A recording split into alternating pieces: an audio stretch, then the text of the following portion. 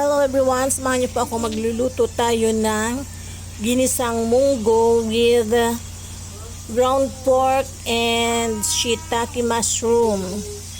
So, umpisahan na po natin ang pagluluto. Meron na po akong pinalambot na munggo dito. And then, set aside muna natin.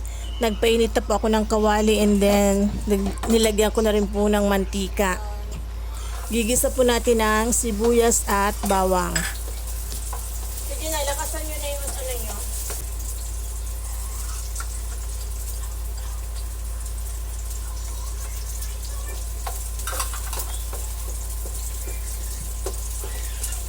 And then, sunod po natin ang kamatis. Dapat po lutuin natin ng maigi ang kamatis para po hindi madaling mapanis ang ating nilulutong ulam.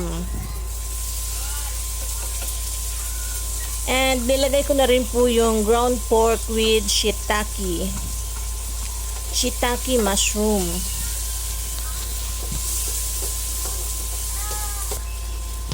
Ngayon ilagay na po natin yung pinalambot nating munggo. Na-pre-cook ko na po ito kanina. And ilalagay na lang po natin dito sa ating ginisang mga ingredients.